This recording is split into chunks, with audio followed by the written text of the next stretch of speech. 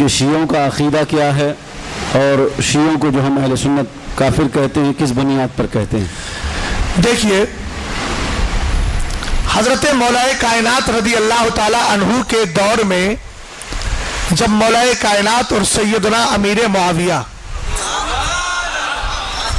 دونوں صحابی ہیں، یاد رکھنا، سبحان اللہ، اگرچہ مرتبہ مولا کائنات کا بہت بڑا ہے لیکن صحابی ہونے میں دونوں شریک ہیں، وہ بھی صحابی ہے، یہ بھی صحابی ہے۔ کسی کو اپنی آخرت برباد کرنا ہو تو وہ دھڑلے سے جیسے چاہے، وہ اس کو اختیار ہے، اس کی اپنی آخرت ہے، اس کا اپنا ایمان ہے، اس کا اپنا عقیدہ ہے۔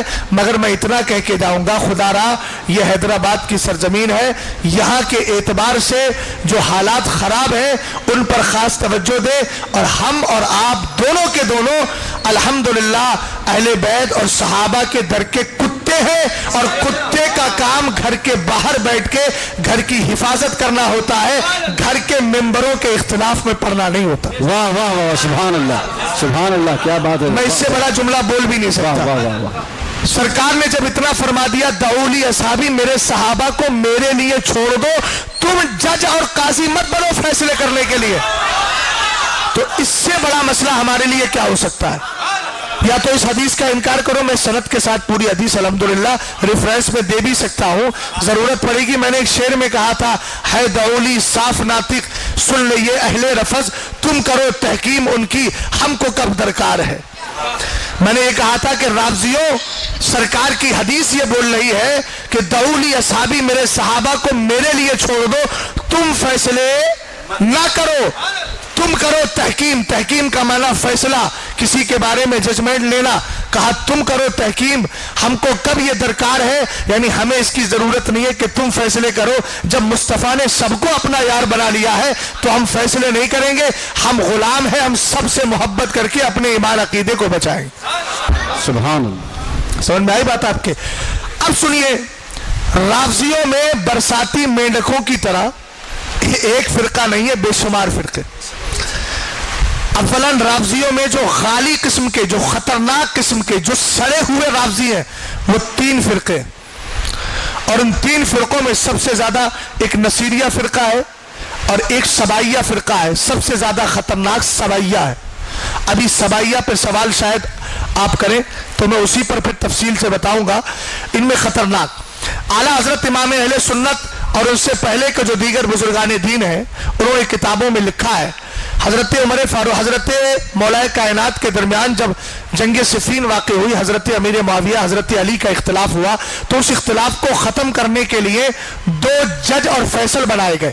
حضرت امیر معاویہ نے کہا کہ میری طرف سے عمرو بن عاص رہیں گے، اور مولا کائنات نے کہا میری طرف سے ابو موسیٰ اشعری رہیں گے۔ اور یہ دونوں گئے، اور جانے کے بعد میں پھر صلح ہو گئی، وہ سب سیر و شکر ہو گئے، یہ پاگل آج تک لڑ رہے۔ مولا کائنات رضی اللہ تعالیٰ عنہ سے کسی نے پوچھا، یہ آپ کے خلاف جو لڑ رہے ہیں ان کو ہم منافق کہیں، کافر کہیں؟ کیا کہا؟ خبردار، اخواننا بغوا علینا، کہا یہ ہمارے بھائی ہیں، ہمارے خلاف کھڑے ہو گئے، اللہ چاہے گا یہ اختلاف ختم ہو جائے گا۔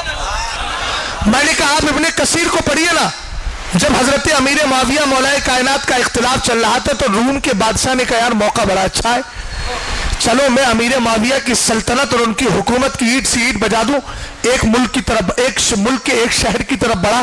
حضرت امیر معاویہ کو پتا چلا، خط لکھا، فرمایا لئن لم تنتہی ولا ترجع الی بلادک، کہا اگر تو اپنے شہر اور اپنے ملک کی طرف واپس نہیں گیا تو سن، لأصطلحن انا وابن عمی علی، یاد رکھنا اگر تو نے ایسا نہیں کیا تو میں اور میرے چچا زاد بھائی علی، ہم دونوں آپس میں صلح کر لیں گے۔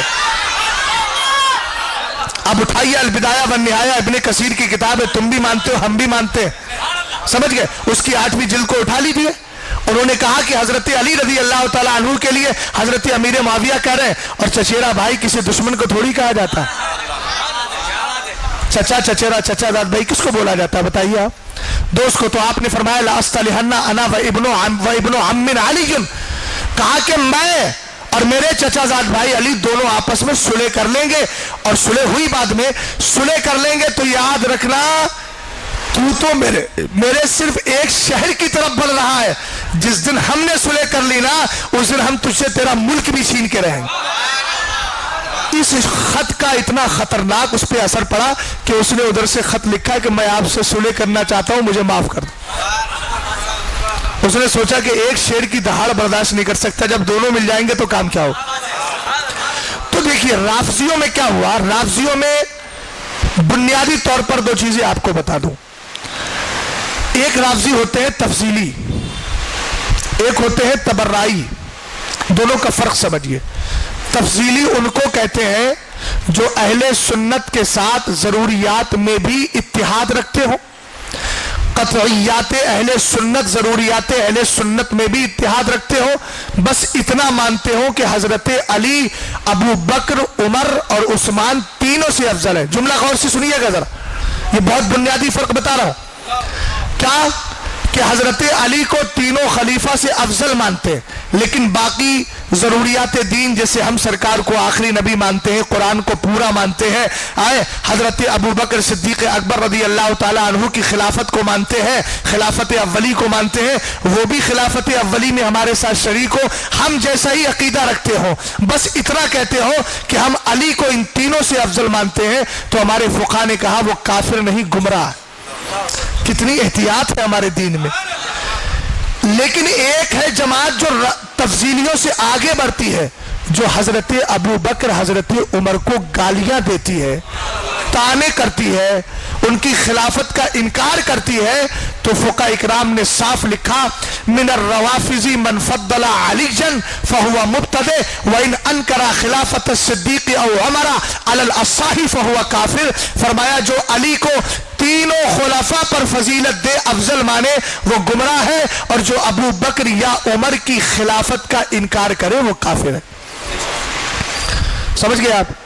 اب یہ تبرائی جو ہوتے ہیں، تبرہ کا معنی ہوتا ہے براءت ظاہر کرنا، کسی سے اپنا پلہ جھاڑنا۔ تو یہ جو حضرت ابو بکر، عمر فاروق اعظم رضی اللہ تعالی عنہما کو گالیاں دیتے ہیں، ان کے بارے میں عقیدہ ہمارے فقہا نے بیان کیا کہ وہ کافر ہیں۔ اب یہاں تک تو بات ہو گئی، یہاں تک کیا ہو گئی؟ بات ہو گئی۔ ٹیلی نور آپ نے سنا تھا کبھی؟ ٹیلی نور، یونی نور سنا تھا کبھی؟ ارے سنا ہو تو بتائیے یار، سم کارڈ چلا تھا نا پہلے، آج ٹیلی نور اور یونی نور ہے؟ نہیں ہے نا؟ اب تو حش بھی نہیں ہے نا، ووڈا بھی نہیں ہے نا، اب تو تھا کبھی وجود اس کا۔ اسی طریقے سے تفضیلیوں کا ایک فرقہ کبھی رہا تھا، لیکن آج جتنے رافضی ہیں، امام اہل سنت نے اپنی کتاب رد الرفضہ میں یہ ارشاد فرمایا کہ دور حاضر میں بچوں سے لے کے بوڑھوں تک جو رافضی ہیں، ان میں دو چیزیں خاص طور سے پائی جاتی ہیں۔ ایک چیز یہ کہ وہ قرآن کو کم اور زیادہ مانتے ہیں، بولو معاذ اللہ، اور کہتے ہیں کہ قرآن ایک گفا کے اندر اصل قرآن چھپا کر کے رکھا ہوا ہے، اور یہ تو جو کتابی شکل میں ہے یہ اس کا ڈپلیکیٹ ہے، بولو معاذ اللہ۔ جبکہ اعلیٰ حضرت ہو یا دیگر محدثین اور مفکرین، فقہاء اکرام ہو، سب نے اپنی کتابوں میں لکھا کہ یہی قرآن جو کتابی شکل میں آپ کے سامنے ہے، اس کو کمپلیٹ ماننا یہ ضروریات دین میں سے ہے، اور اس کا جو انکار کرے گا وہ کافر ہو جائے۔ بے شک بے شک، سمجھ میں آئی بات آپ کے؟ تو رافضیوں کے اندر، شیعوں کے اندر بنیادی جو کفر پایا جاتا ہے، وہ ایک چیز یہ پائی جاتی ہے کہ وہ قرآن کو کیا مانتے ہیں؟ کم یا زیادہ، کم زیادہ کی بات کرتے ہیں، اور کہتے ہیں کہ یہ تو کمی بیشی ہے، ایک چیز۔ دوسری چیز یہ ہے کہ وہ عید غدیر والی جو مناتے ہیں، اور غدیر خم والی جو حدیث ہے مولا کائنات کی ولایت والی، اس حدیث کو لے کر وہ لوگ یہ کہتے ہیں کہ حضرت علی سرکار علیہ السلام کے علاوہ سارے ولیوں سے تو افضل ہے ہی، سارے نبیوں سے بھی افضل ہے، بولو معاذ اللہ۔ اور اہل سنت کا، اسلام کا خاص ضابطہ ہے کہ نبی سے غیر نبی کبھی افضل نہیں ہو سکتا، نبی سے غیر نبی کبھی افضل نہیں۔ تو دور حاضر میں جتنے بھی رافضی پائے جاتے ہیں، ان میں یہ دو کفر لازمی طور پہ پائے جائیں گے، اور یہ دونوں کفر ایسے ہیں جو گمراہی نہیں ہے، ضروریات دین، اور ضرورت دینی وہ ہوتا ہے کہ جس کا انکار صاف طور پہ کفر ہوتا ہے، کوئی اس کو بچا ہی نہیں سکتا، اسلام کے دائرے میں رکھ ہی نہیں سکتا، وہ اسلام سے باہر ہو جاتا ہے۔ تو آج کے رافضیوں میں یہ دو چیزیں پائی جاتی ہیں، اور یہ دو چیزیں جب پائی جا رہی ہیں تو ان کے ہوتے ہوئے لاکھ کوئی اپنے آپ کو مسلمان کہتا رہے، بہرحال وہ کبھی مسلمان ہو ہی نہیں سکتا۔ سمجھ میں آئی بات آپ کے؟ ہے نا؟ اس لیے الحمدللہ ہمارا نہ رافضیوں سے کل کوئی رشتہ تھا نہ آج رشتہ.